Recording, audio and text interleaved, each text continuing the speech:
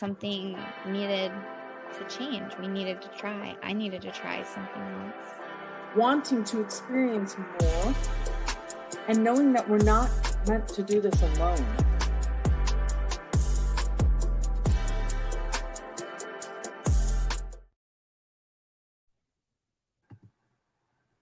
Hi, guys. Welcome to our first episode of Chronicles of the High-Powered Female CEO. I'm so excited to just dive right into this conversation with our very first guest, Brigid Holder. Welcome, Brigid. Thank you so much for having me, Melissa. It's a pleasure to talk to you as always. So tell us who you are. Who do people usually know you as?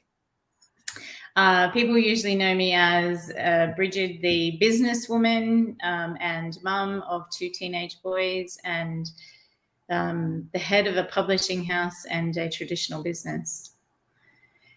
All sounds very boring to me.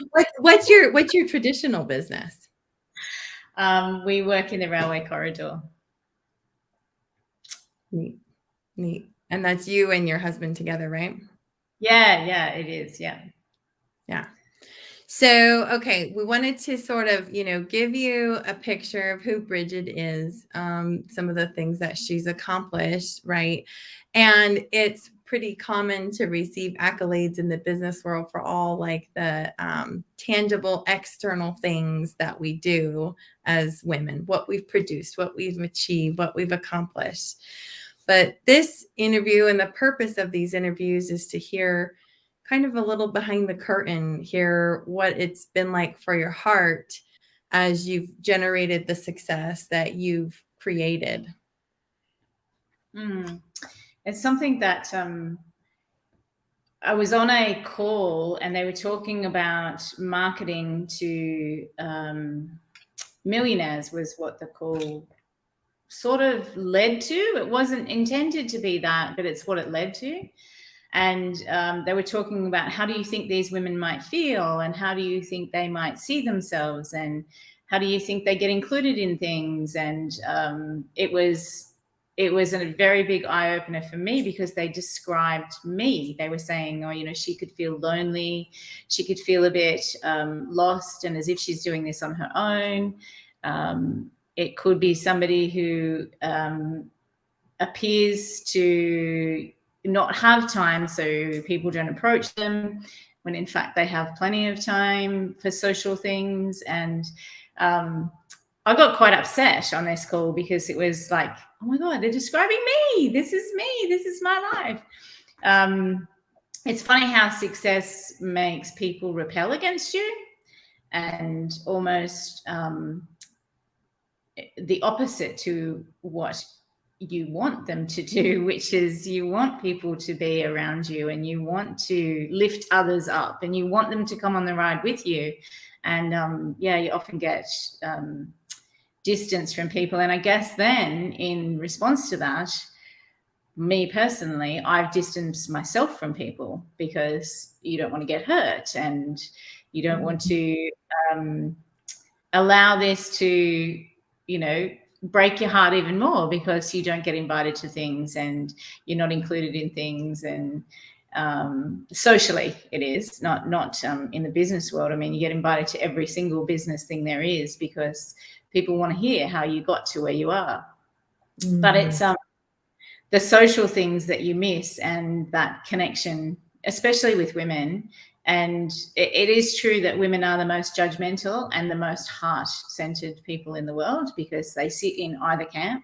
And sometimes they sit in both. They can be judgmental of some and have the biggest heart for others. Whereas, I have the biggest heart for every woman. And I don't care if you have $1 billion or you have $10 in the bank. It's you as the person that I care about and the stories that you have that make you who you are. And it doesn't matter where you came from, which side of the tracks they say in Australia. It doesn't matter which side of the tracks you come from. It doesn't matter to me. It's how do you treat me and how you treat my children that really shows me who you are and how, I could have a relationship with you or not. And that goes for my business as well. I'm very careful to surround myself with women who aren't judgmental. And if they do come to be judgmental during a phase, I talk them through that and say, well, why are you feeling that way? And, you know, when they're judgmental of another who is perhaps in the same program or the same book as them in my world, it's why are you feeling that way? You know, is this something that's reflected back on you? It's not about them if you're feeling that way. So it's a really nice thing to do. But I did say to you before we started, you know, the loneliness is probably the hardest thing was the hardest thing for me to overcome. Because you do a lot on your own and not many people will reach out to you. You being one of them who did. Yeah, so it's nice to have this online world because without it, I would be quite lonely. Wow. Just thank you for sharing that. I'm curious, like, was there a moment in your path when, like, what was it like when you realized, wait a minute, I think this is related or tied to the success that we have created? I actually went to a 50th birthday party last year, and I don't drink. I might have a Pimm's every now and again. And on my 50th next week, I'll probably have 3. That will top me right off. But it is something that at this gathering, one of the women there said to me, they were saying how nice it was to catch up. And, you know, we went through, I'm younger than all by a year. I'm younger than them. And so I wasn't in their year, but they took me under their wing because I went to a different school and I didn't have friends in my hometown anymore because all the girls I went to school with thought I was better than them because I went to a all-girls school. I did not think that, but that's what they perceived, and they sort of just blocked me. So this happens to me throughout my life whenever I choose something different. And yeah, these other girls who were my brother's friends took me under their wing, and we used to hang out together. So I hung out with my brother and his boy friends and his girlfriends. So as a group, we were collectively, and this was the 50th birthday party I went to. And one of them said, so we've lost contact quite a bit.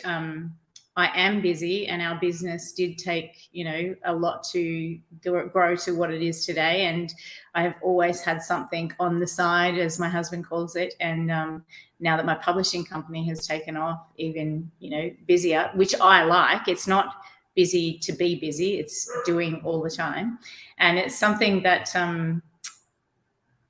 you know, they've had things and not invited me to stuff. And I can see it happening over the years. It was just you left out of things. And all of these women would have been at my wedding.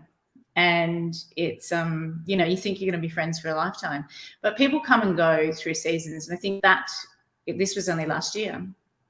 Her saying to me, don't forget where you came from. I was kind of like, I don't forget where I came from. I don't know why you had to say that to me. And it was kind of like,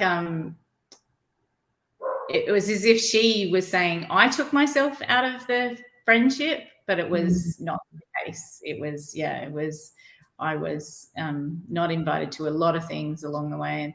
And that's okay. You know, people change and people grow apart, but it's hard to go through at the time. Right. And yeah, so it was nice to go to the 50th and see some of the women who live far away and, you know, I still adore, and we still keep in touch, and, you know, they're still in my world. And then others who are still in that judgmental part and, you know, almost not happy for the success that you have. That's what's fascinating to me. I mean, isn't there some part of you that wants to be like, you know, screw you. I actually worked really hard to forget the dysfunctional parts of where I came from so I could be where I am today. And why can't you just pat me on the back for that? Right? Yeah. And you know, it's probably, like I was saying, there's almost 2 camps where she has a huge heart and is a very kind woman. And, but to be that's a nasty thing to say to somebody when you don't actually know if that's what they think. The better thing for her would have been to say, why don't you, hang out with us more? Why don't you do stuff? I actually went to her house the last time I went to the city that she lives in, and I actually felt so uncomfortable. I left crying, and that's an awful thing to do if you think they're your, lifelong friends. So yeah, it's a hard thing to go through. So how does someone like you, having gone through these things, manage to still keep your heart out enough to create connected relationships and still fill your cup, even though you've been hurt a lot?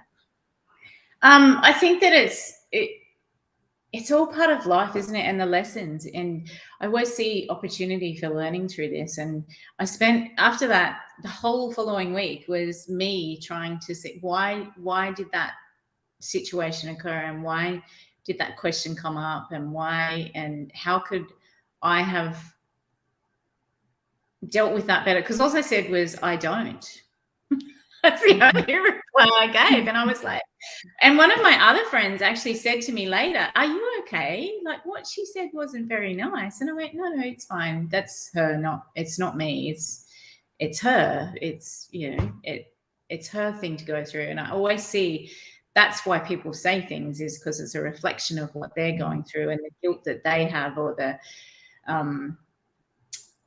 what are they missing out on that they want in their life that you may have. It's them just expressing what they're feeling. It's not really what they think of you, is how I always see it. And that's how I view most situations, is that everything that somebody says is definitely a reflection of them and not you. And that's particularly relevant when it's relationships with women, I believe, because it's really sad that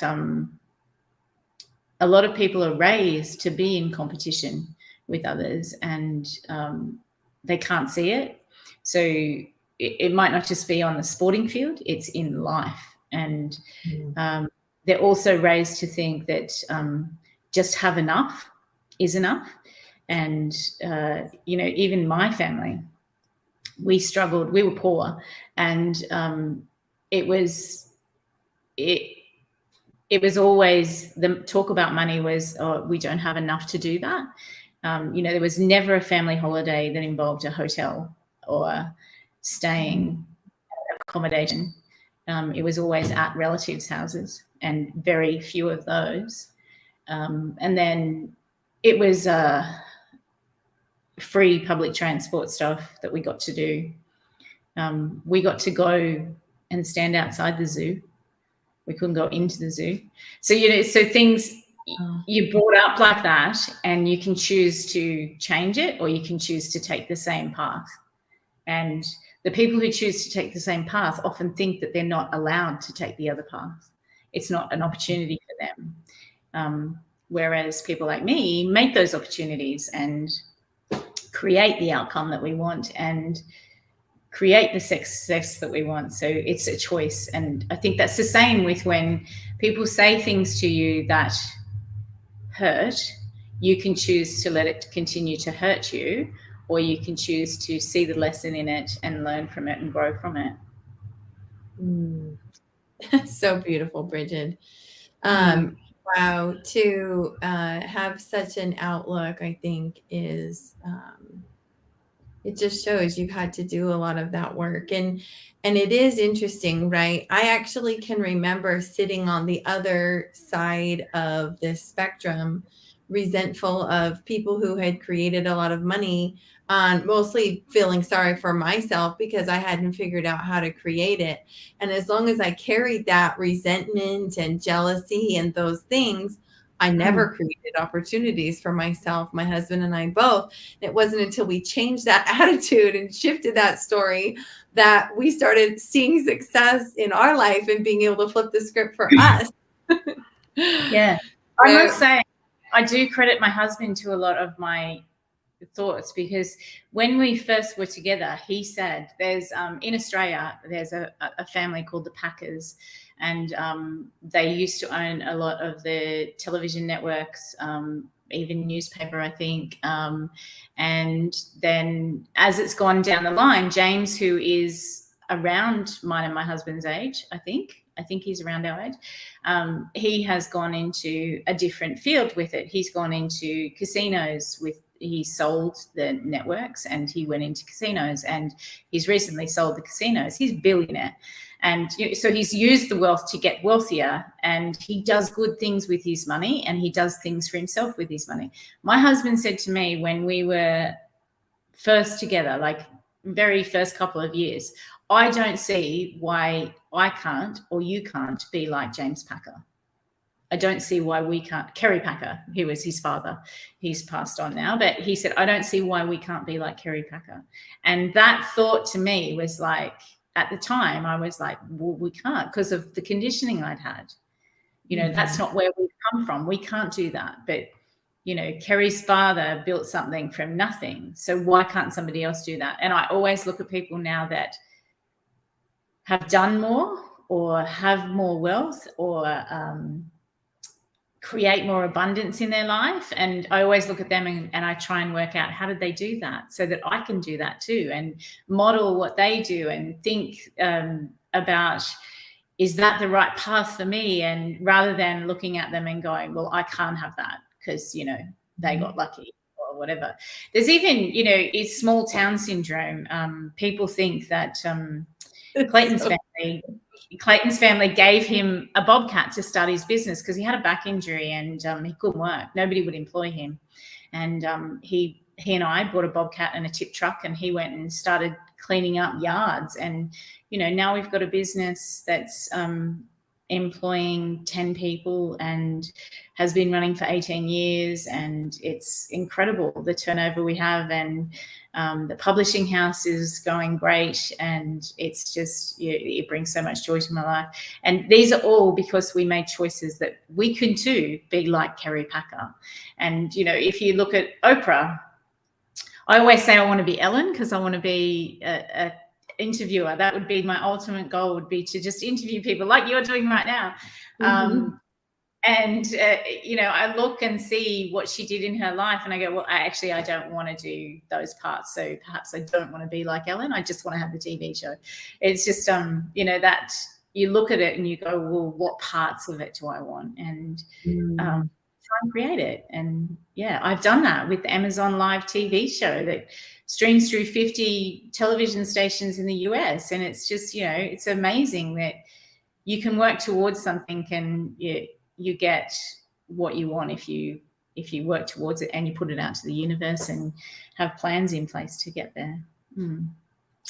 So good. So good. And I think for those listening, I hope that this, my intention of holding these interviews is for one, to help people like you feel understood, so that other 7+ figure businesswomen listening can be like, oh, right. Like, I'm not alone. And like, this is part of the success journey, and it sucks. Right. So the other intention is to help change the culture around this. And I do believe that women have it harder than men do. Nobody judges a man for making 7 figures, but for some reason, there's all these fingers pointed at a woman who's generated success. And I want to change that for women, because I think a lot of women hold themselves back because they see that and they're terrified to have that, experience. Like, it's scary to be in scarcity and not have enough, but maybe for some, it's even scarier to be in success. And what do I do with that? And who am I when I'm in that place? And who are other people in relation to me? So, gosh, I just appreciate you sharing, Brigid. I want to ask one more question, just so that we get to know your heart a little more. And the question is, what is one moment in your life that you would consider one of the most fulfilling experiences or moments that you've ever had? It's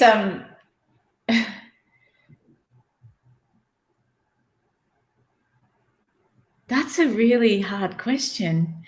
So many are popping in my mind. It's okay, I'll share one that's really strange. It was after my mum had double bypass surgery, and I was staying with some nuns because the hospital is called St. Vincent's Hospital, and for family members, they have accommodation at various homes in Sydney, and the nuns live in a house that's just around the corner from there, and they used to rent a room out to women who were there for other family members. And I was staying in there, and the nurse came in and she said, the nun came in and she said to me, because I got back quite late, and she came in and she said to me, "Would you like a cup of tea?" And I said, "I would love a cup of tea, but I didn't want to wake anyone." And she said, "No, you won't wake anyone. Let's have a cup of tea together." And she sat down and she said, "Are you okay?" And I just burst out crying. I hadn't cried once since my mum had the heart attack. And it was like that moment that somebody else actually cared about me. I'm getting emotional thinking about it. It was so joyful though. Like, it was like, she really genuinely cared about me. It was like, she didn't ask about my mom. She didn't ask about my family. It was just me that she cared about. And that was an amazing moment for me. I'm getting teary. I didn't think I'd cry today. That was beautiful. It brought tears to my eyes too. Oh, Brigid, thank you so much again for doing this. And those of you listening, this is the first of many amazing interviews that we'll be doing with women and getting to see behind the curtain.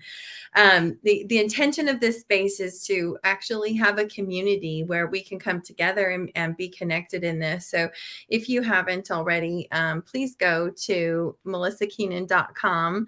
Let's see, I'm getting used to this. Fancy, here it is, melisakeenan.com, fancy StreamYard thing. But you go there and you'll find the little pop-up for Chronicles of the High-Powered Female CEO. That will allow you to pop in there. You'll get emails every time I do an interview for this. You'll be able to find the bank of all the interviews. This is the first one that we've done live, but any posts or anything I do pertaining to this.